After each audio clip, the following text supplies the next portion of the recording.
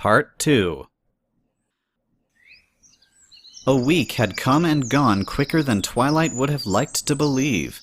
Cider season had gone wonderfully well, and no pony lacked a stein on the day when they were finally allowed to drink the product that most of the town had helped produce. Granny Smith had been right. It only took 3 days to harvest the orchard and make the delicious brew. When Twilight had gone up to Sweet Apple Acres the next day to see if Big Mac could teach her how to buck apples, he had responded by kindly asking her to give him a few days to recover from all the extra work he had done over the harvest. That put her where she was today, with a scheduled lesson from the Big Red Stallion.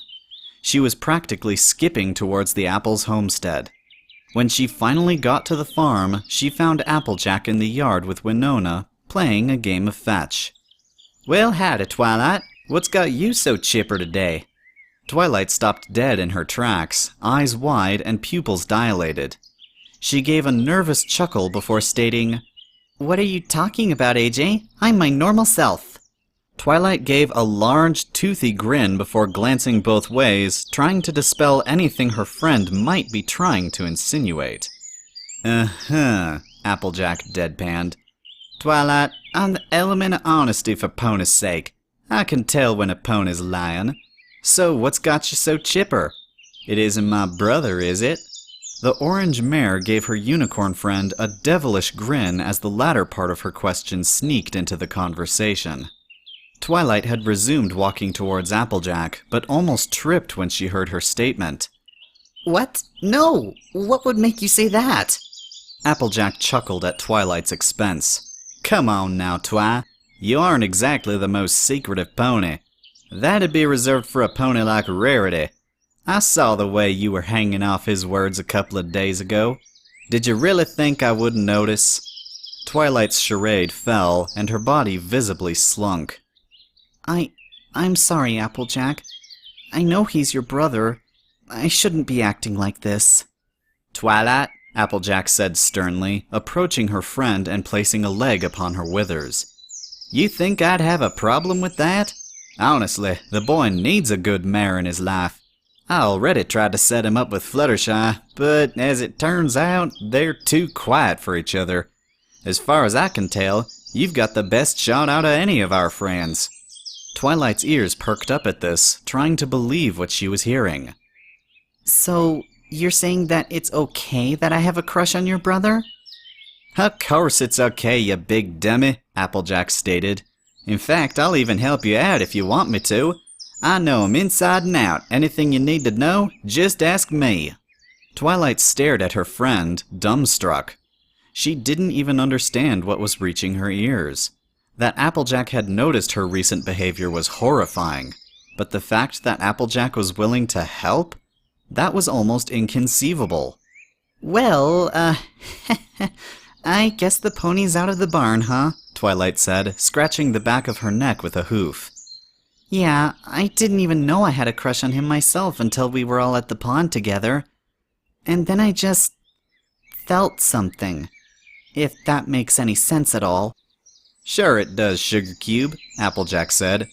"Shoot, I've felt the same thing for a couple of ponies around town. I just don't have the time or nerve to talk to them about it.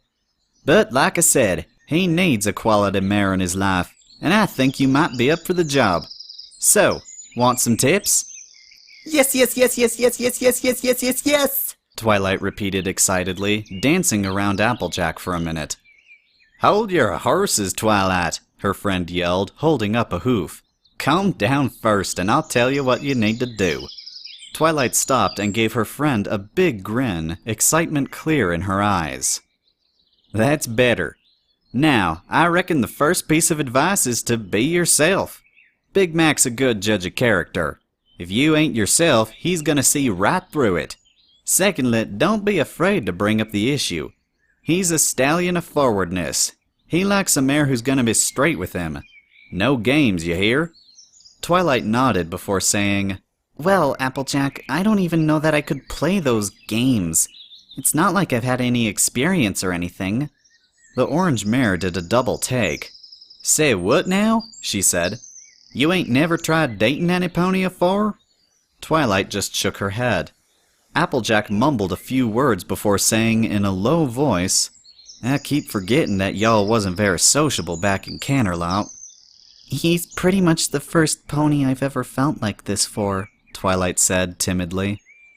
Applejack's head snapped up at this, and she gave Twilight a stern stare. "Well, in that case, missy, don't you go messing anything up. For both of y'all's sake. As far as I know, he ain't never had no feelings like this either. And I don't want to see you both hurt if something goes wrong."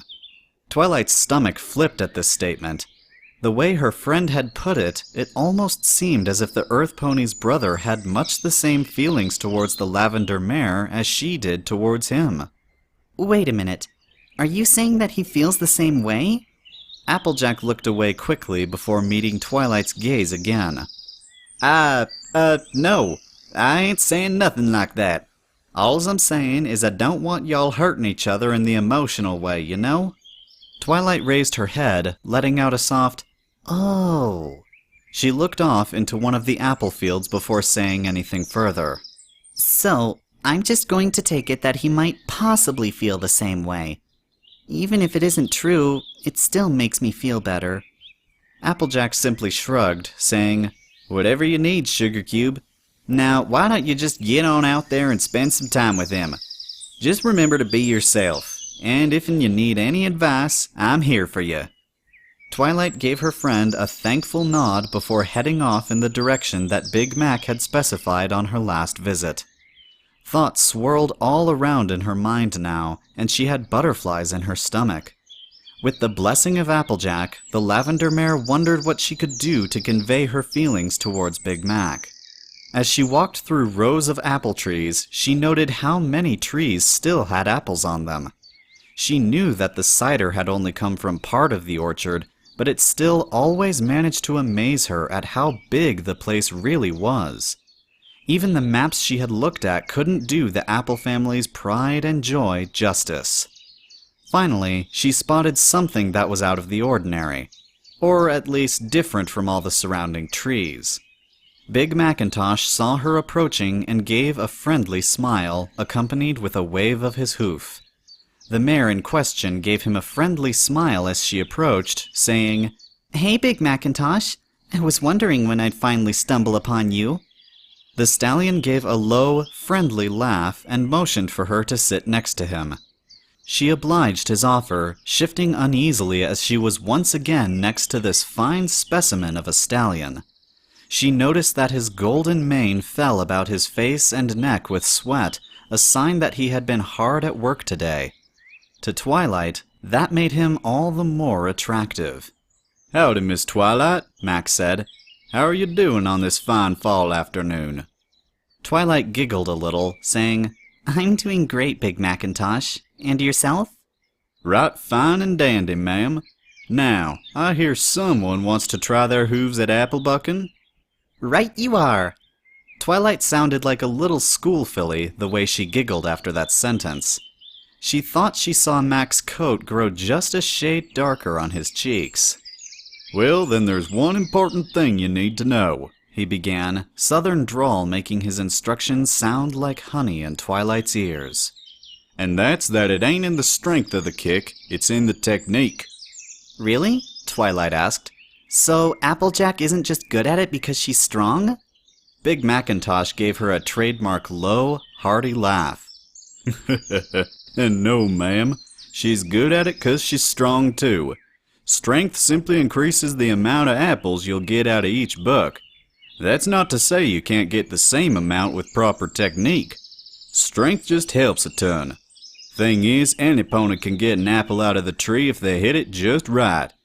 It just takes strength and technique to get 'em all down. And once you start apple bucking, the strength comes with time. Now, any idea where the sweet spot of an apple tree might be, Miss Twilight?" Twilight looked at the nearest tree, the one that they were sitting under. After considering the height of the tree for a while and doing some mental measurements of width, she looked back at the stallion. "I'm guessing right in the center of the trunk?" "Yes, ma'am. Except there's also a certain height you need to hit, too. It's gonna be about a quarter of the way up the trunk and dead square in the middle. Now, watch as I hit this one. Mac rose to his hooves and positioned himself in front of the apple tree, front legs bent for leverage. He quickly lifted his back hooves up and planted them right where he said they needed to be, and the ground shook when they made impact. The tree shook momentarily, and the next thing Twilight knew, she was being showered with apples. One hit her square on the head, just behind her horn. Ow! She yelped, rubbing the place where it had hit. Those apples fall with a vengeance. Big Macintosh was over in an instant, looking at the spot she was rubbing. I'm right sorry about that, Miss Twilight. Are you all right? I should have warned you first. I certainly didn't mean to rain them apples on you. Twilight giggled at his caring demeanor, but shrugged off the pain. Don't worry, Big Mac. It takes a bit more than a bump on the head to keep this mare down. Big Mac laughed again, helping Twilight to her hooves. That's good to hear, ma'am. Now, why don't you give it a try? We'll move on to this tree over here. Twilight allowed herself to be led to the next tree.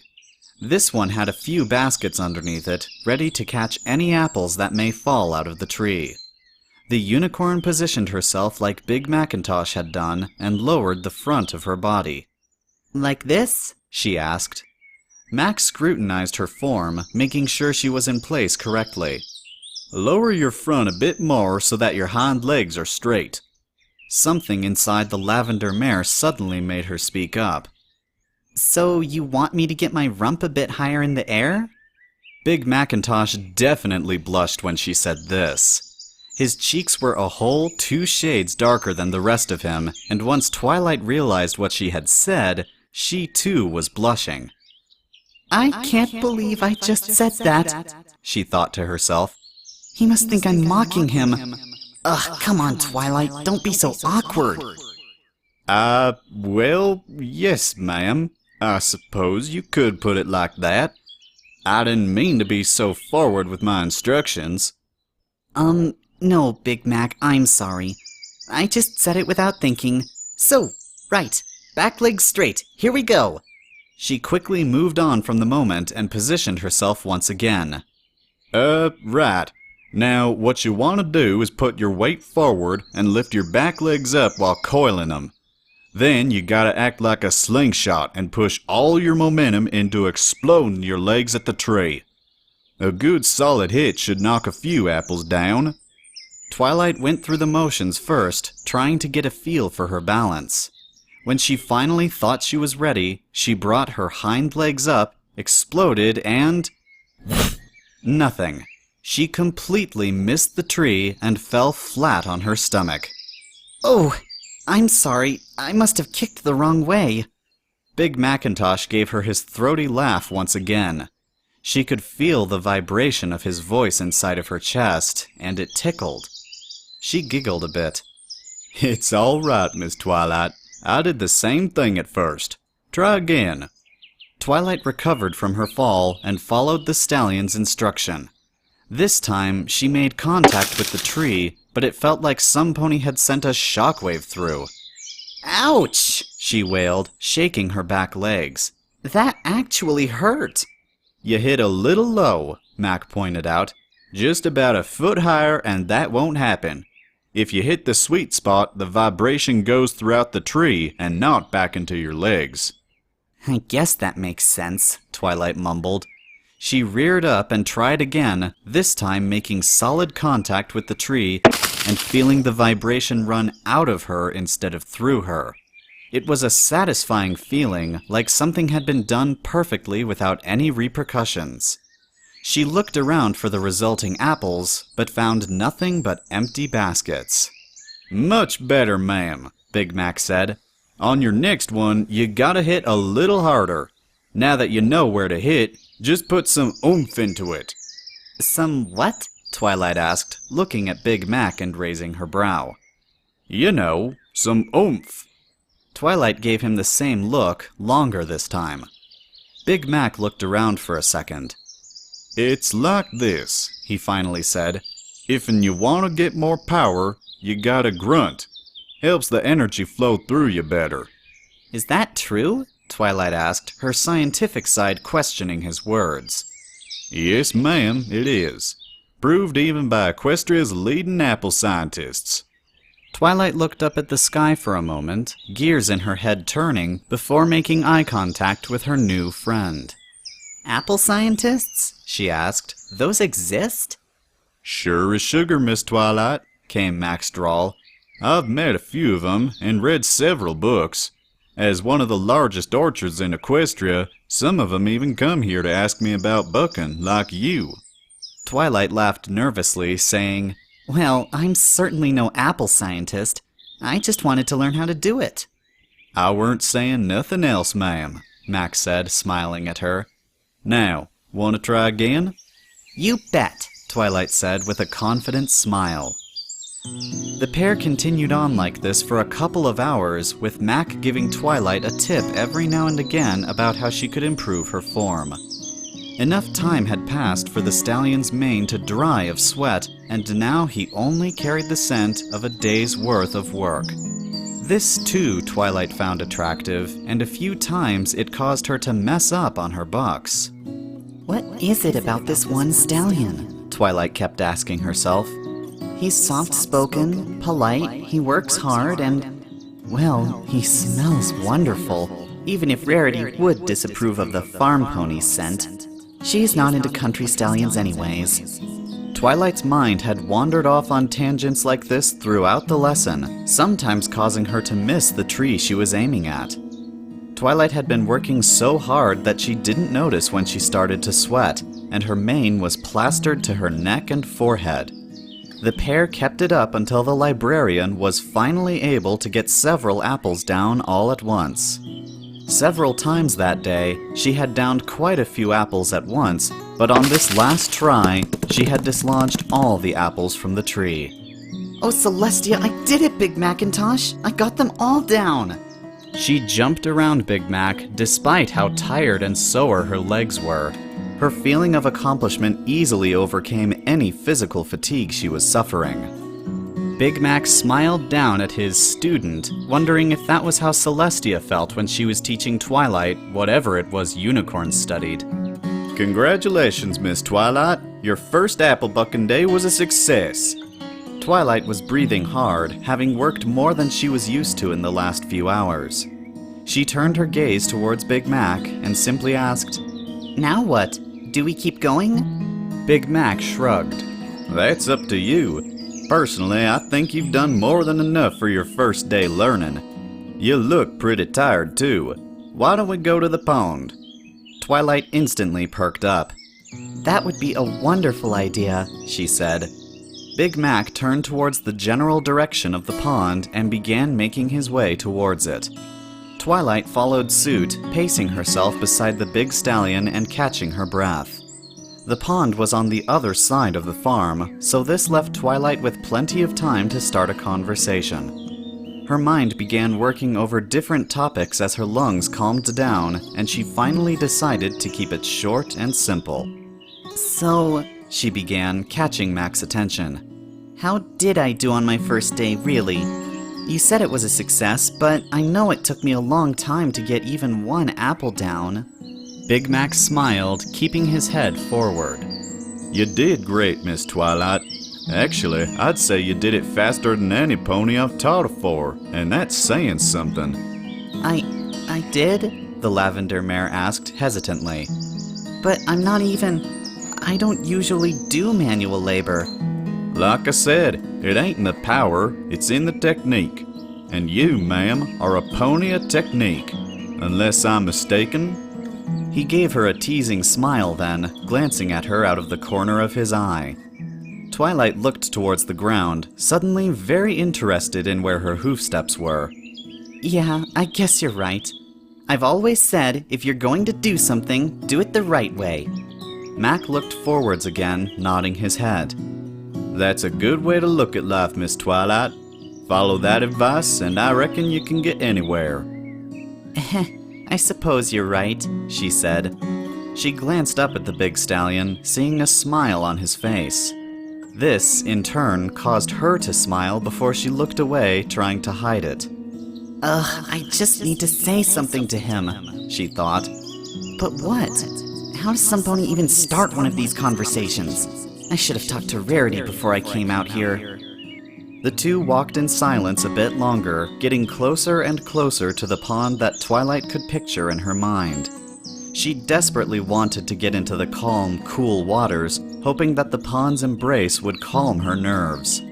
When it finally came into view, she broke away from Big Macintosh and galloped like a little filly towards the water's edge. She plunged herself in, feeling the day's work wash off of her in waves. When she finally emerged laughing and spitting water, she saw Big Macintosh just approaching the edge of the water. Overcome with that calm, confident feeling the pond had given her several days before, she called out, "Come on in, Mac. The water feels great." You might want to close your eyes, ma'am.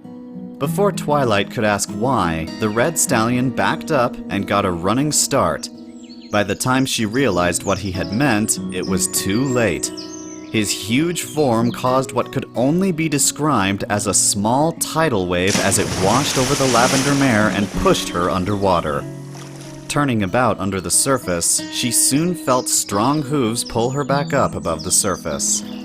Sorry about that, Miss Twilight. I should have told you what I was about to do. Twilight looked at him and laughed, hitting him lightly on the shoulder. Oh, Mac, then it wouldn't have been any fun. That was a huge splash. You must have worked on that for a while. The stallion laughed, splashing his new friend. You could say that. AJ and I come out here almost every day after work if it's warm enough. I reckon we've been swimming in this hole since we were little foals. Well, it certainly shows. Think you can catch me? Big Mac looked confused. Come on, catch me if you can, Twilight said, swimming away quickly. Where is this sudden bravado coming from? She wondered. Must be the water. She wasn't complaining, though. Something in her subconscious told her that this was how a mare was supposed to act if she liked a stallion, so she just kept it up. The two swam around for a minute, Twilight laughing the whole time. She was surprisingly fast in the water, Max soon came to realize. He stepped up his game just a bit before he was finally able to get a hoof on her shoulder. She turned towards him, laughing then. You got me. Took you long enough. Mac was laughing too. Well, ma'am, I didn't know you were a swimmer. I had to pick up the pace after the fact. Twilight looked at Mac for a second and opened her mouth to speak.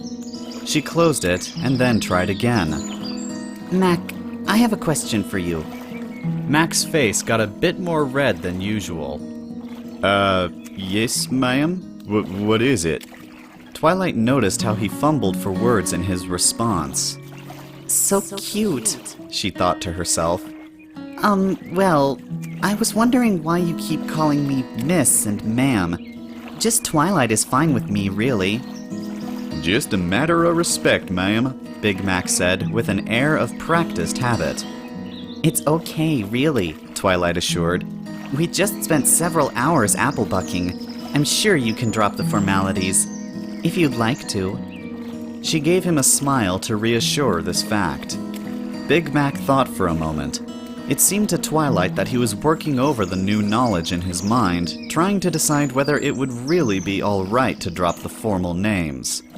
After a moment of him looking to the sky, he replied, All right then, Twilight it is. Then he gave her a goofy smile and began swimming towards the shore. I think I'm gonna get out and lay under the trees. Stay in as long as you like, though. He didn't even have to finish his sentence before Twilight was moving towards the shore as well. Shade sounds like a good idea, she said, covering the fact that she just wanted to be where Mac was. The two ponies emerged on the shore, shaking themselves dry. Each splashed the other with the water from their coats, bringing forth a few giggles from Twilight and a low chuckle from Big Mac. After shaking a few more drops from his hooves, Mac lowered himself to the ground underneath the protective shade of a large oak. It was late afternoon, and the sun was about halfway through its descent in the sky. Twilight lay herself down next to Big Mac, a few feet away. She wanted to be closer to him, but she couldn't push herself to overcome the awkwardness she believed this would bring. The pair sat in silence for a moment, Big Mac surprisingly being the first to speak up. "Sure is a beautiful day, ain't it?" he said conversationally. Twilight thought she caught a bit of a hitch in his voice, but she couldn't be sure. It is, Twilight agreed. I always loved when the sun started getting low in the sky back when I was in Canterlot. The princess has this one hallway in the palace where the sun reflects off of the walls at this time of the day. I always used to study there. The lavender mare looked in the general direction of the nation's capital, remembering those days as a filly. "What was it like?" Mac asked quietly. Twilight looked back towards him. What was what like, Mac? "Studying under the princess. Did you live in the palace?" Twilight giggled again. Yeah, I did. I went home every weekend, though. I didn't have far to go, either. My parents only live about 5 minutes outside of the palace walls. I guess I only ended up getting a room in the palace because I always studied so late. Well, that, and because my parents' house wasn't dragon-proof. Mac chuckled at her statement, a sound that Twilight was beginning to like more and more each time she heard it. "I can't even imagine," he said. "I've always lived on this here farm, just the simple life. Must have been a big change, going from Canterlot to Ponyville." You have no idea, Twilight said. Or maybe you do. You've been to Canterlot before, right? "Yup," said the stallion, his trademark phrase slipping through. "Only once, though. Just for a farming convention that was going on. I was asked to give a talk on, well, ironically, apple bucking. Apparently, all them farming critiques up in Canterlot think I have the best form out of any pony they've seen." Twilight looked incredulous. You mean, you're saying that I just got lessons from the best apple bucker in Equestria? Mac chuckled a few times. "I reckon you could say that, though I'm sure there's some pony out there better than me." Oh, Mac, don't be so humble. If the ponies at the convention thought you were the best, there isn't any reason you can't believe it too. Applejack's brother was silent for a moment. "I don't know. I just never was a fan of tooting my own horn, if you catch my meaning. I'm just happy I might have been able to help some of them ponies out with their farm." I know what you mean, Twilight said. And if it helps, you really are a great teacher. You knew exactly what to say when I needed help. I'm sure you did help a lot of ponies when you gave that talk. "Thank you, Twilight," Big Macintosh said, inclining his head. A moment of silence more, and he asked, "So, was it a good change? Coming here from Canterlot, that is." Oh, definitely, Twilight said. I mean, I do miss my family and the princess, and not to mention the royal archives. But this town is just so much more... "Quiet," Mac finished. "Laid back." Yes, Twilight agreed. And I have the best friends any pony could ask for. I'm so thankful that the princess sent me on that assignment a few years back. "Y'all have been through a lot together. Takes special ponies to have bonds like what y'all have got." Twilight gave Mac a small smile. Yeah. Actually, I think any pony can have the kind of bond we have. You just have to put your heart into it. "I reckon that's true, but you can't deny that the elements don't help you out." Mac gave her a sideways glance and a knowing smile. True, I'll give you that, Twilight laughed. I suppose being an element of harmony helps. But honestly, through what I've studied of friendship, any pony can bond like we have.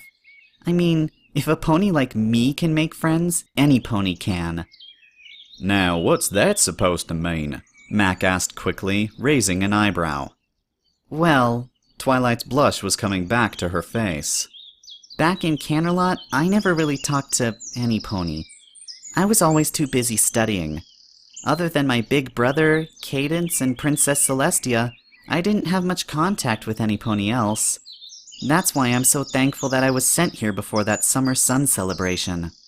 Macintosh gave a hum of acknowledgement. "Everything happens for a reason, I suppose."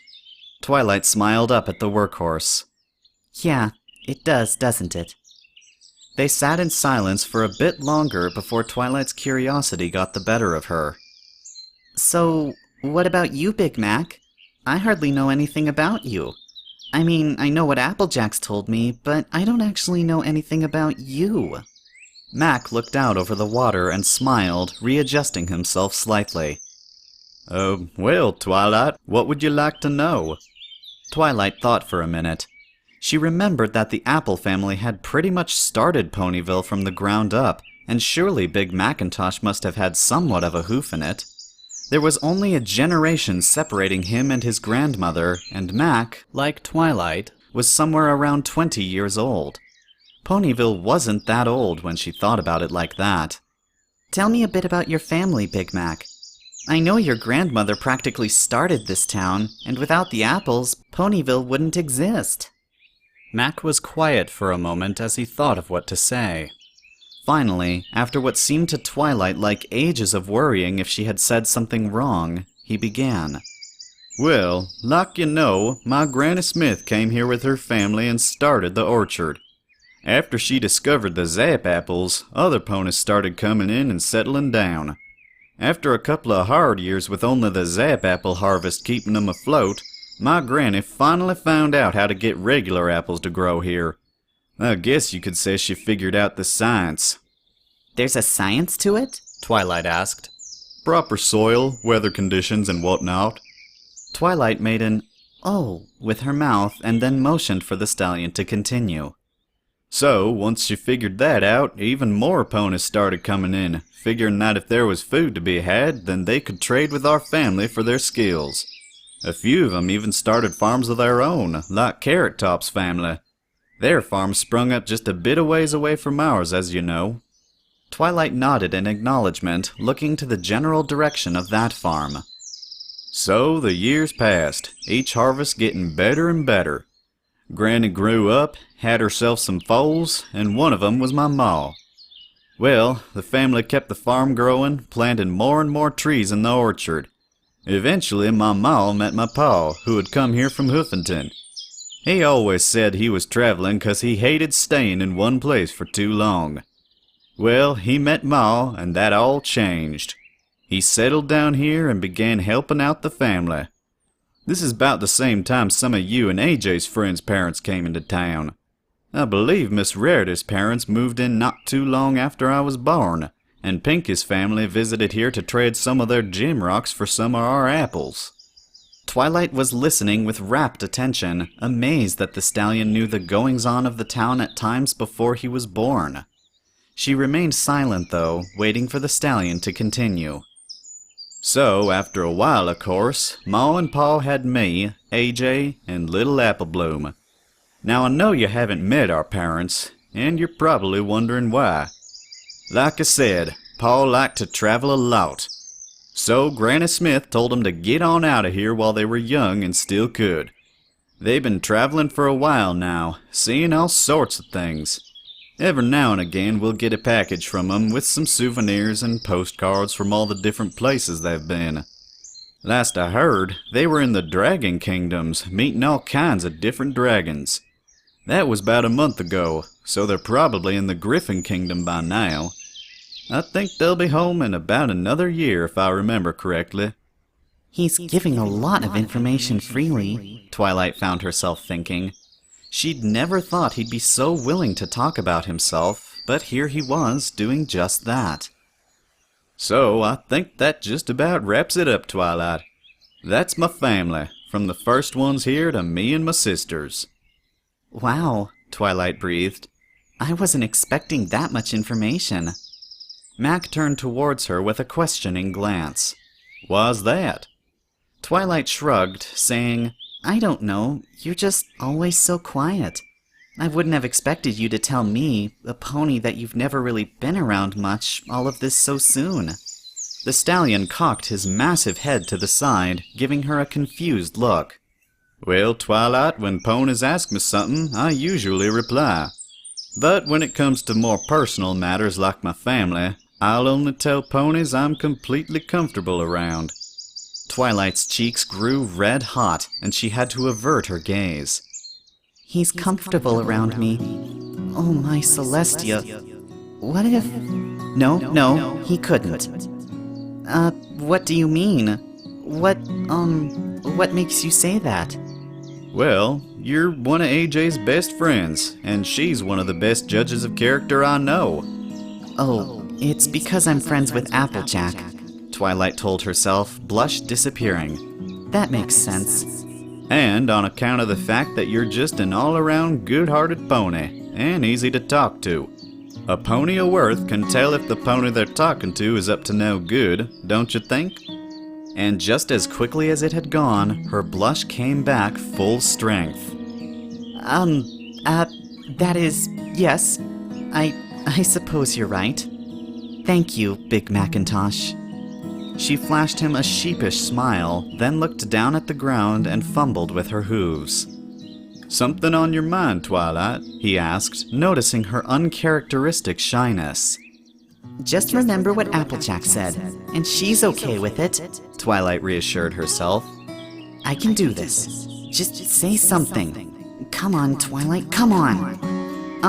Actually, Big Macintosh, yes. There is something on my mind. That is... Oh, how do I put this? Use your words, Twilight, she berated herself. Just tell him I have a crush on you. No, not that. Big Macintosh, I actually like you. Like, as more than a friend. Ugh, why is this so hard? Big Macintosh was staring at Twilight now, her mouth hanging open, cheeks flushed red, not a sound coming out of her. Miss Twilight, are y'all okay? Hearing him call her Miss again sparked something in her. She wanted to show him that she thought of him as more than a friend. Instincts alone driving her, she rose up to her hooves, her head now only slightly above the level of Big Mac's. She took a few steps forward, and with her mind made up, leaned forward and... kissed him. Just a peck on the lips, but a kiss nonetheless. As she pulled away, a smile on her face, she saw the stallion's face. His cheeks were flushed red, and his eyes were as wide as dinner plates. Pupils dilated, he seemed to be staring at nothing in particular. Oh no, oh no, oh no, oh no, oh no, oh no, Twilight thought. I've really messed this up.